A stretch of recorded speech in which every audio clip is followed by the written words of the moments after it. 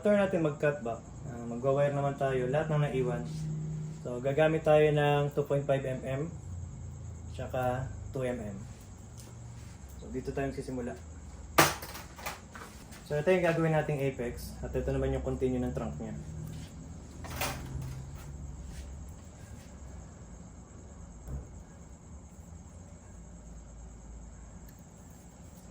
So pag-wire naman mga idol, unahin nyo muna dyan ng isa. Then, huwag nyo muna tatapusin to. Lock nyo muna. Yan. Pagka-lock, ito na.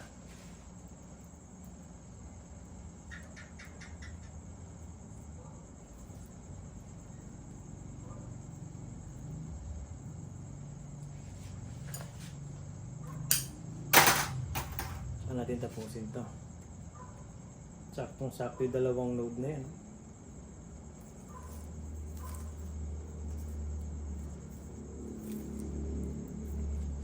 Dito naman, ito yung diameter nitong branch na to, ang laki niya is 3.5 mula dito hanggang dyan. So mula naman dito hanggang dito ay 2.5.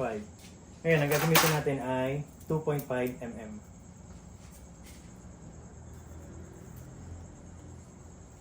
Para magdadalawa siya na 2.5.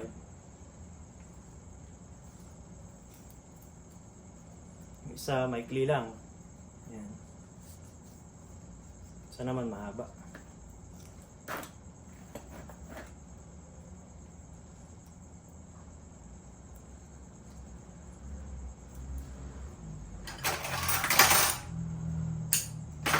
Okay.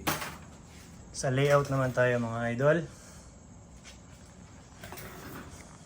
So ito yung sinabi ko na continue ng trunk going to apex. At ito naman continue ng trunk. Siya naman yung magpapalapad sa part na yan. So ito, ang unang bend nito, nakita nyo, ito yung sinasabi kong dalawang node. Ito yung isa, ito naman yung isa. So kung merong branch na papunta dyan, so ito namang isang node na to, papunta to dito sa loob. So ito twist natin para makuha natin tong node na to. So, pag tinwist, ayan, ito nyo. So tapos, nakita nyo to, ayan, ayan. Didiinan ko tong gitna na to, and then, yun. Papunta ngayon dyan. So, ito na yung node na kailangan natin, di ba? So, ito naman yung isang node. So, pagdating ng panahon, pag ito lumaki na, magka-cut back tayo ngayon dyan para magkaroon ng tapering.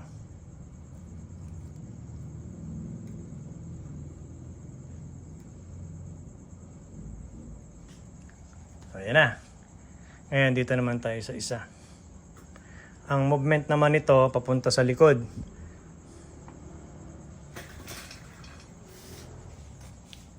So, ito yung sinasabi ko. Ang movement nito, papunta dun sa likod. So, ngayon, pag ito ngayon nilayout natin, nakita nyo, ito yung node na kailangan natin. Ayan. Kaya kailangan natin ng wire para maiyais natin na mabuti. Ayan. Ayan yung kailangan nating node. Ito. Tapos ito naman yung isa.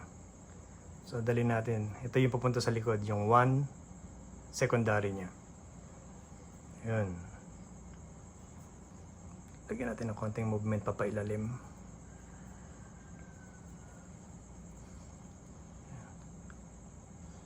Ayan na, di ba? So na-layout na natin itong isang to tsaka yung apex. So dito naman tayo ngayon.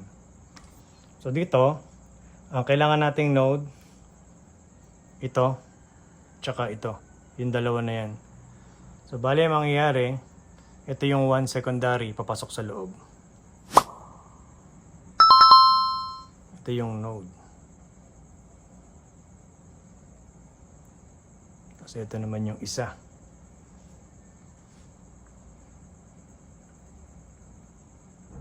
So nasa ilalim siya yung node na yan sa ilalim. So twist natin para pumunta sa side. Ayan. Ito yung 1 secondary at 3 secondary.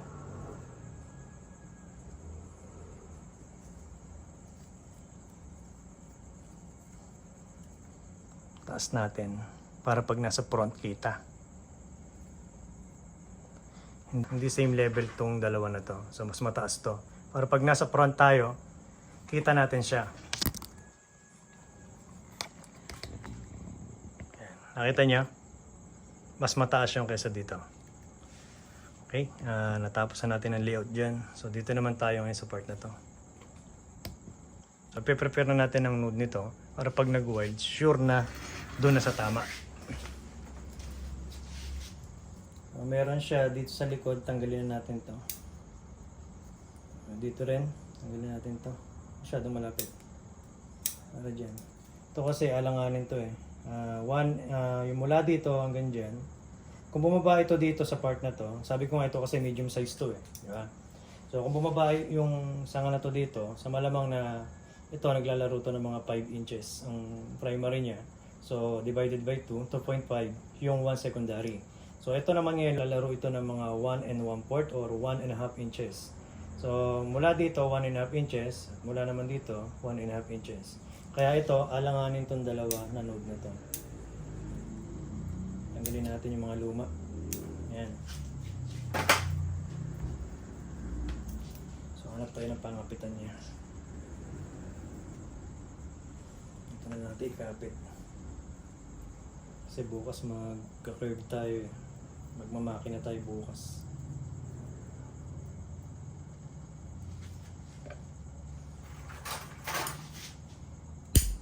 Hindi natin pinutol yung dulo. Tinanggal lang natin yung luma na dahon.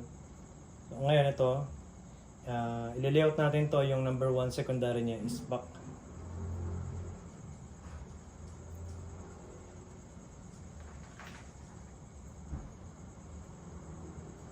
Ito yung isa, nandito naman yung isa.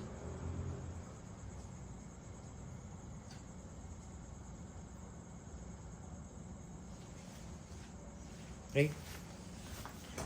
Na-layout na natin yan. So, doon naman tayo. So, itong back branch natin na to, hindi siya dapat kumontra dito sa main trunk. I mean, dapat yung branch na to, kung ang saan ang flow ng ating primary, dapat doon din siya pumunta.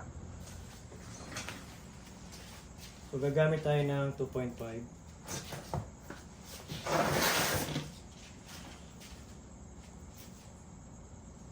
So, nakita nyo to? Ito na yung 1 secondary. At ito naman yung number 3 secondary. So, ito twist natin. Dapat yung 1 secondary dito pumunta.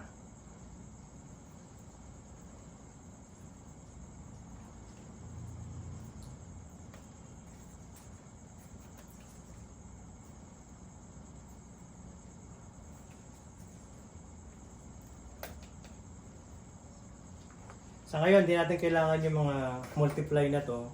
Kailangan balance siya. Kung primary, primary lahat. So mag-iwan lang tayo ng 1 node.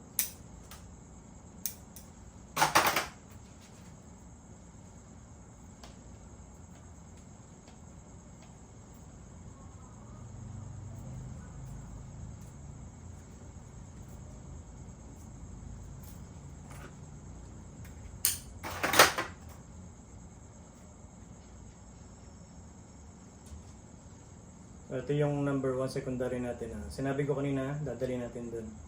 So, twist natin yan. Dapat dun siya pumunta.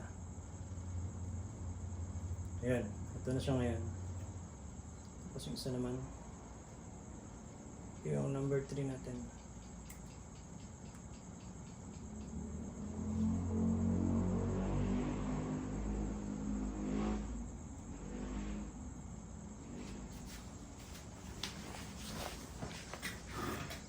So ngayon nakita niya, di ba? Yung branch na to nakaayo na dito sa primary nito. Okay. Doon naman tayo sa taas. So ito yung kanyang sinabi ko na pa-wiringin lang natin to. Hindi natin i-layout. So ibababa lang natin para yung node i-prepare natin ng mas maayos. Once na nag 45 degrees siya, mas magandang tignan.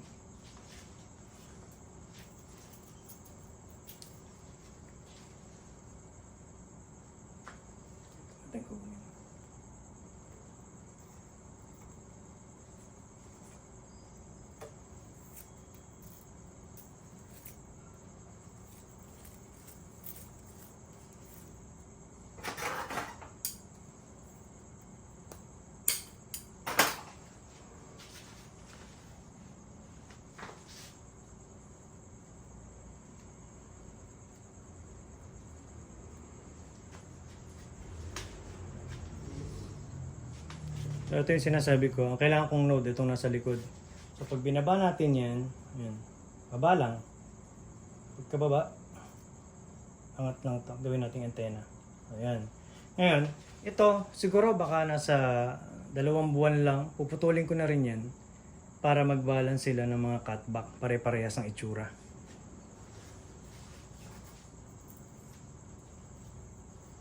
Dito naman tayo sa dalawa na to.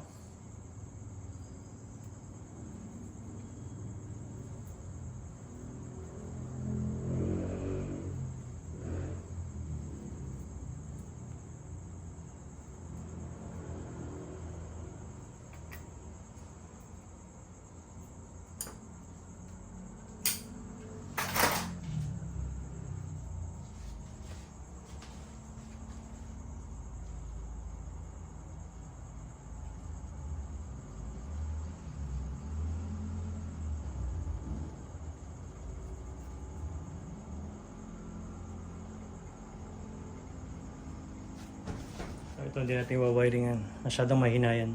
So ayan, na-wire na natin, na layout na natin yung puno. At na-cut back, napahina na natin yung malalakas. At para yung mahihina, yung mga nutrients na ibibigay natin sa puno na to ay doon na pumunta sa mahihinang sanga. At bukas, ang gagawin naman natin, papaliwanag ko sa inyo yung mga ginshari na gagawin natin bukas. Dahil meron tayong babaguhin dito na siguradong may mapupulot din kayong mga tips.